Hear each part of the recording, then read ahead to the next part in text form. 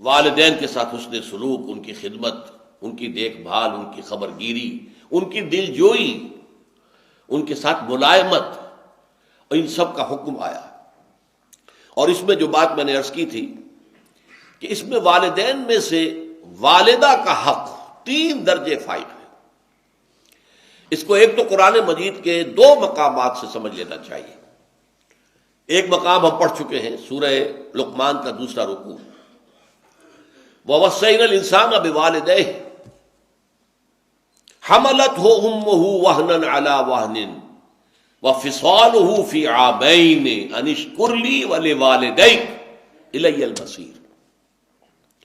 اور ہم نے انسان کو وصیت کی ہے، تاکید کی ہے، حکم دیا ہے والدین کے ساتھ حسن سلوک کا، اور اس میں خاص طور پر ماں کا معاملہ۔ اٹھائے رکھا اسے ماں نے اپنے پیٹ میں، کمزوری پر کمزوری جھیلتے ہوئے، تکلیف پر تکلیف برداشت کرتے ہوئے۔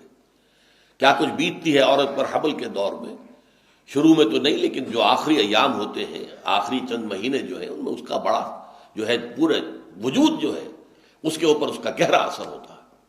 حملتہ امہ وہنا علی وہن، کمزوری پر کمزوری برداشت کرتے ہوئے، وفصالہ فی عامین، اور پیدائش کے بعد 2 سال تک وہ جوک کی طرح چمٹا رہتا ہے اس کی چھاتیوں سے، اور دودھ کی شکل میں عورت کے جسم کی توانائی جو ہے در حقیقت وہ منتقل ہو رہی ہے، ماں کے جسم کی توانائی منتقل ہو رہی ہے بچے کے جسم کو۔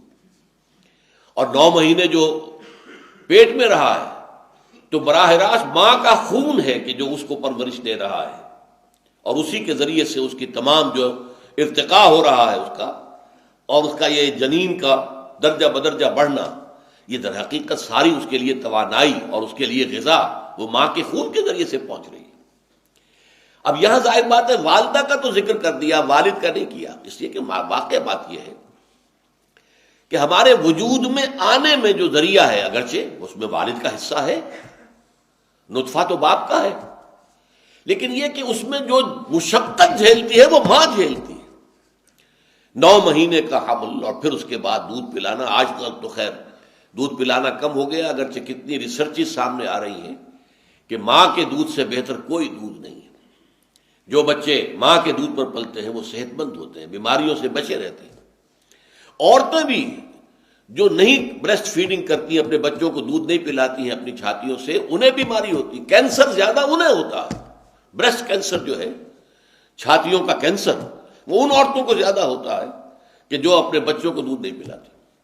اس کے باوجود ظاہر بات ہے آج کل جو تصور ہو گیا عورتوں کے اندر اپنے جسمانی چستی کو برقرار رکھنا، وہ در حقیقت اس کے لیے یہ سارے کے سارے کام کرتی ہیں۔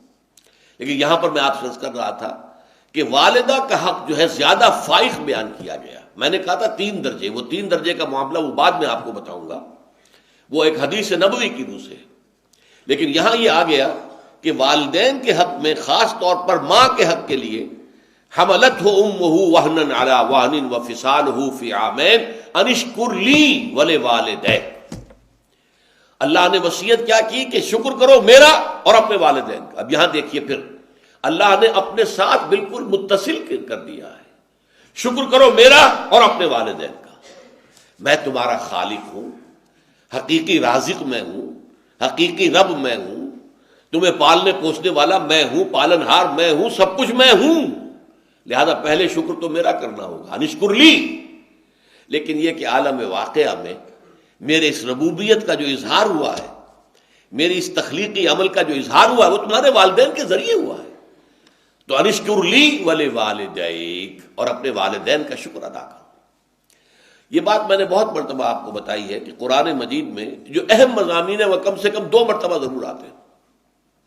چنانچہ دیکھیے سورہ احقاف کے اندر یہ مضمون دوبارہ آیا ہے، وَوَصَّيْنَا الْإِنسَانَ بِوَالِدَيْهِ وَوَصَّيْنَا الْإِنسَانَ بِوَالِدَيْهِ إِحْسَانًا، اور ہم نے انسان کو وصیت کی ہے، حکم دیا ہے، تاکید کی ہے اپنے والدین کے بارے میں کہ حسن سلوک اختیار کرو، ان کی خدمت کرو، ان سے محبت کرو، ان کی دلجوئی کرو، ان کے احساسات کو جو ہے ٹھیس نہ پہنچاؤ، ان کی امیدیں اور توقعات جو ہیں ان کو ٹھیس نہ پہنچاؤ۔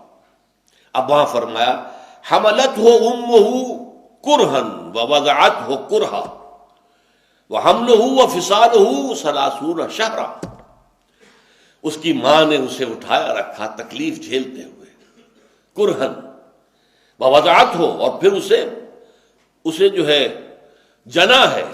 اب یہ جو عمل ہے پیدائش کا کس قدر تکلیف دہ ہوتا ہے عورت کے لیے۔ پچھلے زمانے میں تو آپ کو معلوم ہے کہ عورت کا وضع حمل کے بعد زندگی کو سمجھا جاتا تھا کہ نئی زندگی کے لیے، اس درجے یہ پرخطر معاملہ ہوتا تھا۔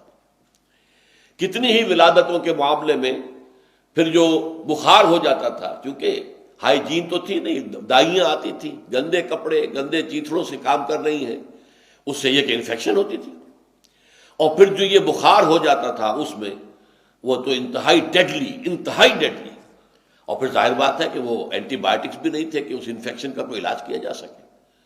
آج کل تو معاملہ بہت بہتر ہو چکا ہے، لیکن یہ کہ واقعتاً پچھلے زمانے میں چائلڈ برتھ کے بعد عورت کی زندگی ایک نئی زندگی ہوتی تھی، لیکن یہ کہ آج بھی تکلیف جو جھیلتی ہے، ویسے اب یہ اس میں بھی ایک معاملہ غلط ہو گیا ہے، اور وہ یہ ہے کہ تکلیف سے بچنے کے لیے آپریشن کا راستہ اختیار کیا جا رہا ہے۔